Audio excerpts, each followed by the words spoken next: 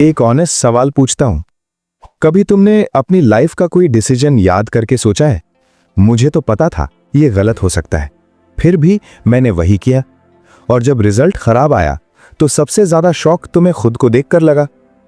तुमने बोला मैं इतना बेवकूफ कैसे हो गया, लेकिन अगले ही सेकंड एक और थॉट आता है, रुको, मैं बेवकूफ नहीं हूं, मैं तो स्मार्ट हूं। अगर ये कंफ्यूजन तुमने कभी फील की है तो एक बात क्लियर कर देता हूं, तुम नॉर्मल हो। और आज हम जो बात करने वाले हैं वो तुम्हारी इंटेलिजेंस के खिलाफ नहीं है, वो तुम्हारे ब्रेन के बारे में है। सबसे पहले एक डेंजरस मिथ तोड़ देते हैं। मिथ ये है कि स्मार्ट लोग हमेशा सही डिसीजन लेते हैं। रियलिटी ये है, स्मार्ट लोग ही सबसे ज्यादा गलत डिसीजन लेते हैं। और इसके पीछे एक बहुत सिंपल रीजन है। स्मार्ट लोग अपने दिमाग पर बहुत ज्यादा भरोसा कर लेते हैं, और जब भरोसा ज्यादा हो जाता है तो अवेयरनेस कम हो जाती है। इस बात को थोड़ा स्लोली समझते हैं। तुम्हारा ब्रेन ट्रूथ के लिए डिजाइन नहीं हुआ, तुम्हारा ब्रेन डिजाइन हुआ है तुम्हें सेफ रखने के लिए, तुम्हें इमोशनल पेन से बचाने के लिए, तुम्हें कंफर्ट देने के लिए। इसलिए जब भी तुम कोई इंपॉर्टेंट डिसीजन लेने जाते हो, तुम्हारा ब्रेन क्वाइटली पूछता है, इससे मुझे डर लगेगा या रिलीफ मिलेगा। और यहीं से प्रॉब्लम शुरू होती है।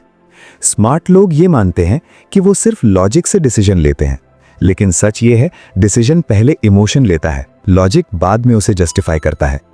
इसीलिए जब कोई स्मार्ट इंसान कहता है कि मुझे पता था ये रिस्की है, फिर भी मैंने कर लिया, तो वो झूठ नहीं बोल रहा, वो बस अपने ब्रेन को नहीं समझ रहा। अब एक रियल लाइफ एग्जाम्पल लेते हैं। तुम एक करियर चूज कर रहे हो, तुम्हारे पास ऑप्शंस हैं, तुम रिसर्च करते हो, वीडियोस देखते हो, लोगों से बात करते हो, और जितना ज्यादा तुम सोचते हो उतना ज्यादा तुम कंफ्यूज होते जाते हो। क्यों? क्योंकि ओवर थिंकिंग क्लैरिटी नहीं देती, ओवर थिंकिंग सिर्फ नॉइज बढ़ाती है। स्मार्ट लोग हर पॉसिबिलिटी इमेजिन कर लेते हैं। फेल हो गया तो क्या, लोग क्या कहेंगे, घर वाले क्या सोचेंगे, फ्यूचर का क्या होगा। और धीरे धीरे डिसीजन लॉजिकल नहीं रहता, डिसीजन इमोशनल हो जाता है, डर के साथ। और जब डिसीजन डर से लिया जाता है तो उसे सेफ डिसीजन बोल दिया जाता है। लेकिन याद रखो, सेफ और सही एक चीज नहीं होती। अब रिलेशनशिप का एग्जाम्पल देखो। तुम्हें अंदर से पता होता है कि ये रिलेशनशिप सही नहीं है, रेड फ्लैग्स दिख रहे होते हैं, तुम अनकंफर्टेबल फील कर रहे होते हो, लेकिन फिर स्मार्ट ब्रेन एक्टिवेट होता है। तुम बोलते हो, शायद मैं ओवरथिंक कर रहा हूं, शायद मैं ही ज्यादा एक्सपेक्ट कर रहा हूं, शायद हर रिलेशनशिप ऐसा ही होता है। यह स्मार्टनेस नहीं है, यह सेल्फ जस्टिफिकेशन है।